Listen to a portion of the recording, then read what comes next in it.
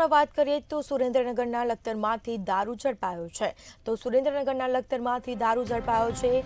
સવલાણા ગામ નજીકથી વિદેશી દારૂ ઝડપાયો છે. દારૂની 600 બોટલ પોલીસે હાલ જપ્ત કરી દીધી છે અને સાથે જ કહી શકાય કે પેટ્રોલિંગ દરમિયાન પોલીસને બાતમી મળી હતી અને બાતમીના આધારે પોલીસે દારૂનો જથ્થો કબજે કર્યો છે અને આ મામલે વધુ કાર્યવાહી પણ હાથ ધરાઈ છે.